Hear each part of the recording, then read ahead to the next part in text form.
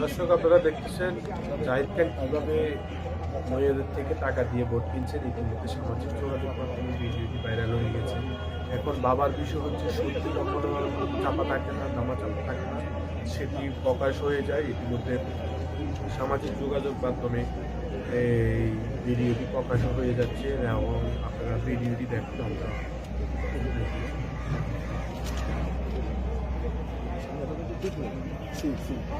Union পরিষদ নির্বাচনের মতন ভোট কেনা বেচা কিরকম হচ্ছে।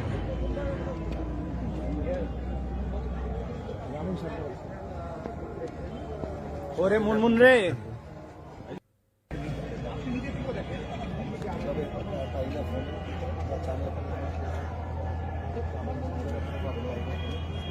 জড়াই ধরে ধরে একদম